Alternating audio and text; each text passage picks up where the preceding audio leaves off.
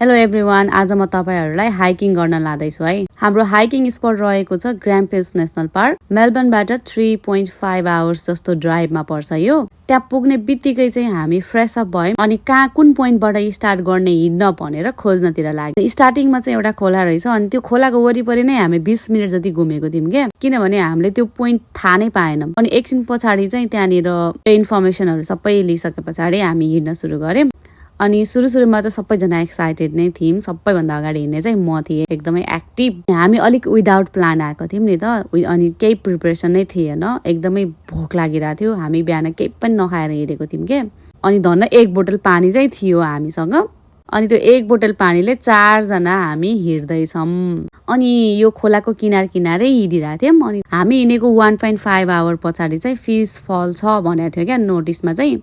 अनि सायद यही नै होला फिस फल भनेर सोचिरहेको थियौं, तर यो होइन रहेछ क्या। हेर्नु न, यहाँको पानी कस्तो सफा क्या, कति क्लियर। यो ढुङ्गाहरू पनि कति चम्किलो क्या। अनि केटाहरू चाहिँ पानी देख्नु हुँदैन क्या, खेल्न मन लागिहाल्छ उनीहरूलाई। अनि त्यहाँबाट अलिकति 10-15 मिनट जति हिँडिसके पछाडि चाहिँ एउटा फल्स देख्यौं हामीले टाढैबाट। अनि यो चाहिँ रहेछ फिस फल भन्यौं क्या, त्यहाँ नोटिसमा पनि लेखेको थियो। हामीलाई चाहिँ त्यहाँ नजिकै जानु मन लागिरहेको थियो। यही खोलाको किनार पनि जान मिल्दो रहेछ। त्यो माथिको टपको त्यो फल देखिरहेको छ नि, त्यो हेर्नलाई। तर हामीलाई चाहिँ अलिक डर लाग्यो क्या, ढुङ्गा चिप्लो हुन्छ जस्तो लाग्यो। अनि त्यही भएर हामी यतातिर बाटो थियो, बाटो पनि एकदमै राम्रो थियो क्या, भर्याङ वाला। अनि त्यो बाटो फटाफट हिँडेर चाहिँ हामी त्यहाँ फल्समा पुग्यौं। हाम्रो जर्नी चाहिँ एकदमै रमाइलो भइरहेको थियो क्या। तर मेन कुरा चाहिँ हामीलाई भोक लागिरहेको थियो। अनि हामी चाहिँ कुरा गर्दै थियौं क्या, यो जंगलमा कतै बेरिजहरु पनि पाउनु नि भनेर। अनि बेरिज फ्रुट्सहरु पायो भने त त्यही खाएर भए पनि पेट भर्थियौं जस्तो लागिरहेको थियो, तर केही पनि थिएन क्या। एनीवेज, यो फल्स हेर्नु न कस्तो राम्रो क्या है।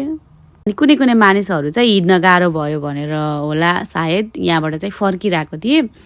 तर हामी चाहिँ यहाँ आइपुगिसकेछौं, अब 1 आवर त हो भनेर फाइनल डेस्टिनेसनसम्म पुग्ने प्रयास गर्दैछौं। यहाँनिर चाहिँ फोटो भिडियो सबै खिचिसकायौं हामीले। अनि त्यस पछाडि फेरि हिँड्न थाल्यौं। अब चाहिँ मेरो स्पिड स्लो भइरहेको थियो। अघिसम्म चाहिँ म अगाडि नै थिएँ, अब चाहिँ सबैभन्दा लास्टमा छु म। अनि हेर्नु न कस्तो राम्रो सिनहरु छ क्या। अनि यहाँ कतै बेरिजहरु पनि देखिरहेको थिएँ मैले चाहिँ, तर टक्सिक हुन्छ खानु हुँदैन भनिरहेको थिएँ। त्यही भएर हामीले छोड्दै हिँडेको थियौं। होइन, यो बेरिज खाएन भने त मरिन्छ होला अब भोकले भन्ने लाग्यो। अनि त्यही भएर यहाँ भएको बेरिजहरु टिप्दै खान थाल्यौं हामीले। हाइकिङ गर्नको लागि चाहिँ यो ठाउँ एकदमै मन पर्यो मलाई। अलिक प्रिपरेसन गरेर आउनु होला, तर आउनुस् नै भन्छु म। तर रेनी सिजनमा चाहिँ नआउनुस् है। कति राम्रो भ्यू छ है। हाइकिङको लागि चाहिँ छुट्याउनै नपर्ने ठाउँ भन्छु म यो। अनि यो बेरिजहरु खाइसकेपछि हामी